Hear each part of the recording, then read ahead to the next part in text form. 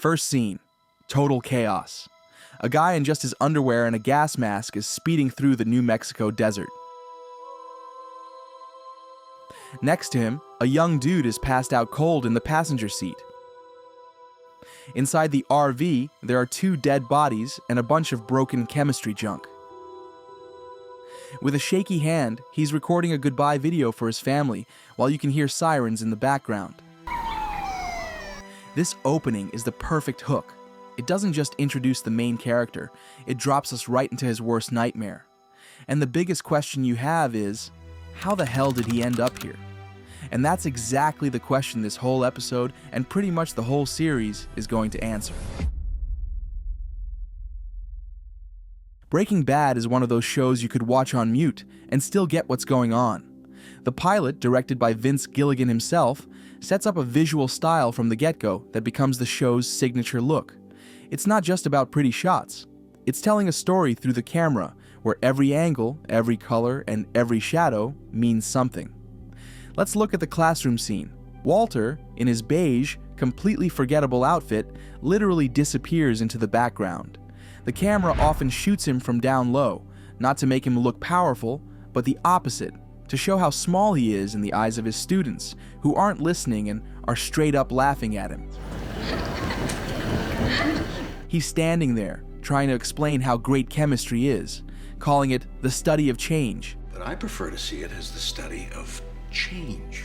But to them, he's just another boring part of the classroom. The colors of his world are all beige, gray, and a washed-out green. It's a world of routine, boredom, and buried ambitions. A world that visually just screams, stuck. And then you have the car wash, his second job. Notice the angle. We look at Walter washing his student's car. This shot is a perfect visual for his humiliation. Those tires shine, huh? Oh my God. He's literally boxed in by someone else's success, while his own potential, which we find out about later, is just sitting there, wasted. Now compare that to the desert. The desert in Breaking Bad isn't just a setting, it's a character in its own right. The massive open space, the bright, almost burning sun, it's a symbol of freedom, but also danger. It's the one place where Walter can break free from his old life and become someone else. The colors get richer. The camera pulls back for these huge, wide shots, showing this tiny person against a massive, brutal landscape. It's a stark visual contrast between Walter's 2 worlds, the boring daily grind and the world of deadly risk, but also of endless possibilities. The desert is a blank page where he can write his new, terrifying story. And of course, you gotta talk about the famous flying pants scene. This image seems kind of surreal, but it's actually a brilliant move. The pants that Walter loses in the desert become a symbol of his old life that he's leaving behind. The life where he was just Walter White, chemistry teacher. Now he's on his way to becoming Heisenberg. It's a visual cue that the old Walt is gone. He literally blew away in the wind.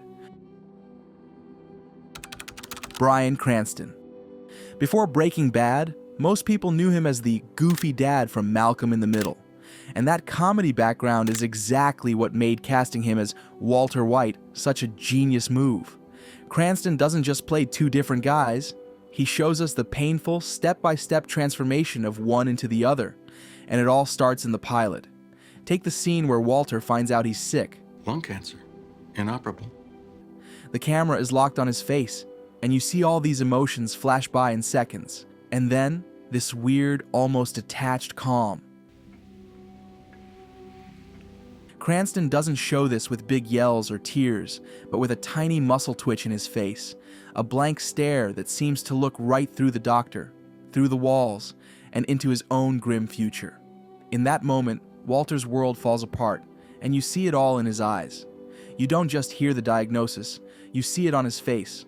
Or, what about his 50th birthday party? Before the panel earlier this year. Happy birthday. He's surrounded by family, but he's never looked so alone.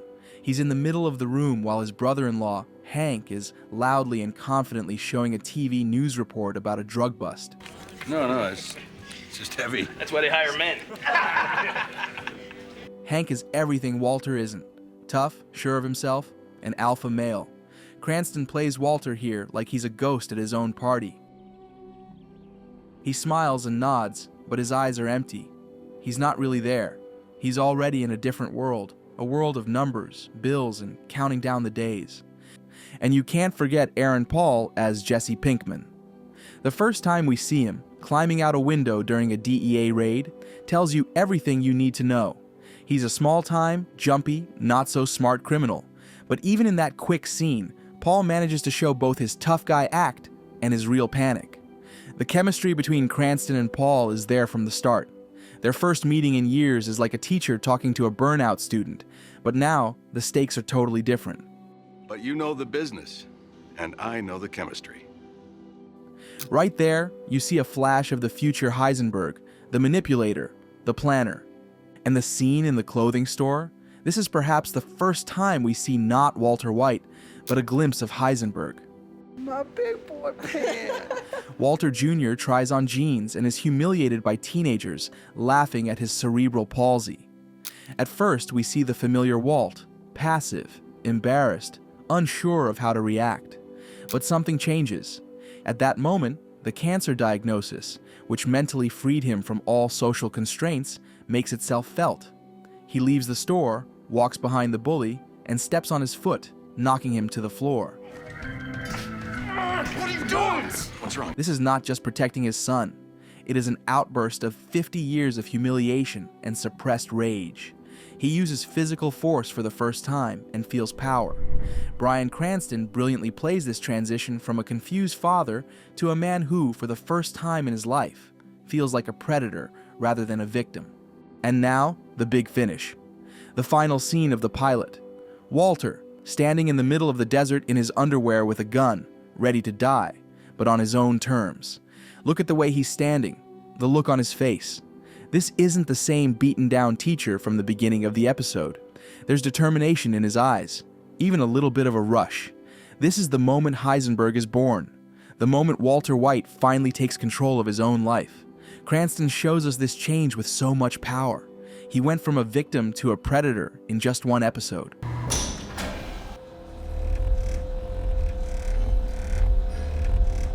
Sound in Breaking Bad is another way they tell the story, just as important as the camera or the acting. The creators are masters at using silence to build up the tension. Think about the scene where Walter's waiting for his test results. There's no music, just the clock ticking and the low hum of hospital equipment. That silence just weighs on you, and it makes you feel anxious and uncertain right along with him. And when the doctor says the word cancer, the sound gets all muffled, like you're hearing it from underwater.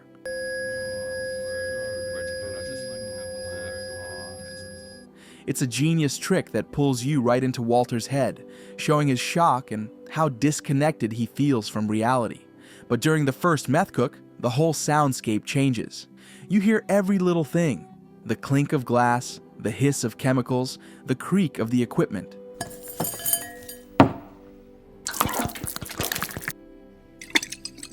These sounds make it feel almost like a documentary, pulling you into what they're doing. The music is a big deal here too. It's not just background noise, it comments on the action.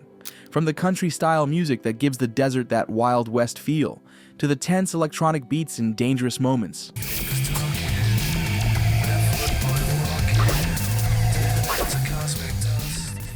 Dave Porter's music sets the show's unique vibe right from the start.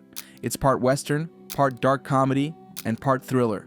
The editing in the pilot is also worth talking about. The director uses both long, slow shots, like when the RV is just driving through the desert, and then these sharp, quick cuts in the action scenes.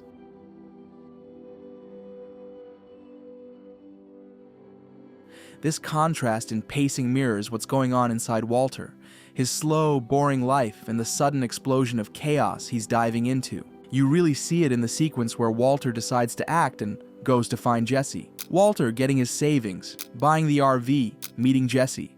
The editing picks up the pace, showing that Walter isn't hesitating anymore. He's doing something. He's crossed a line, or the montage of the cook itself. It's shot like a heist scene in a movie. Fast cuts, close-ups of hands, chemicals, gear.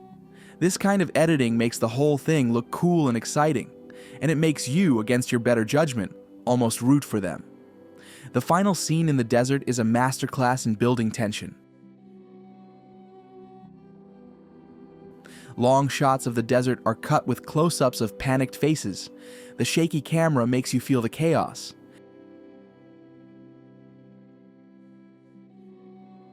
And then, when Walter walks out with the gun toward the sirens, everything slows down.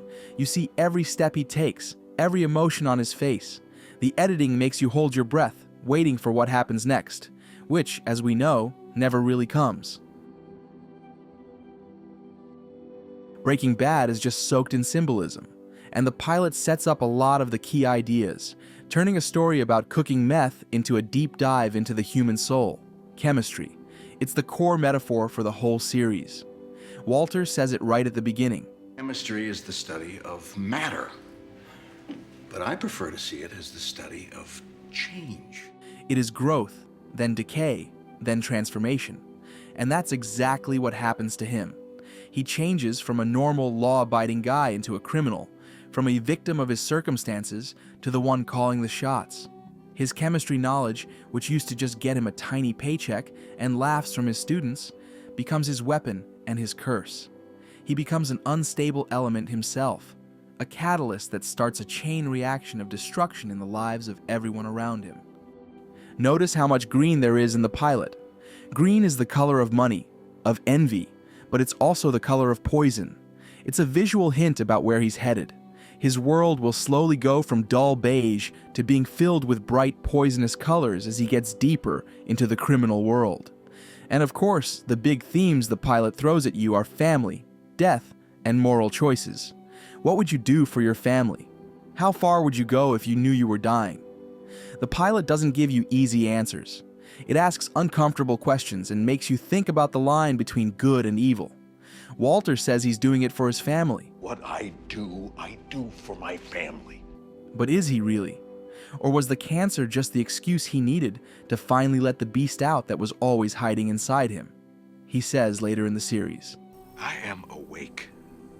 And the pilot is the story of that awakening. It's a story about a crisis of masculinity, about the failure of the American dream where hard work gets you nowhere, and about how thin the line is between a normal guy and a monster. The Breaking Bad pilot is a perfect example of how to kick off a story. It sets the tone, introduces us to these complicated characters, pulls us into its unique world, and most importantly, it makes us ask questions. It's not just setting up the plot, it's a solid, standalone piece of art. Every shot, every sound, every line feels like it's there for a reason. It works great as a short film on its own. If the show had ended after this one episode, we'd still have a complete story about a guy who gets a death sentence and decides to take control of his life in the most extreme way. But the genius of the pilot is that it doesn't just tell that story, it also sets up tons of threads that will be explored over the next 5 seasons. It's the story of a man who, faced with death, finally starts living dangerously, immorally, but for real. And that's why, years later, we still come back to this moment, to that RV in the desert, to those flying pants. Because it's not just the start of a great show, it's the start of a great tragedy. And it's a masterpiece.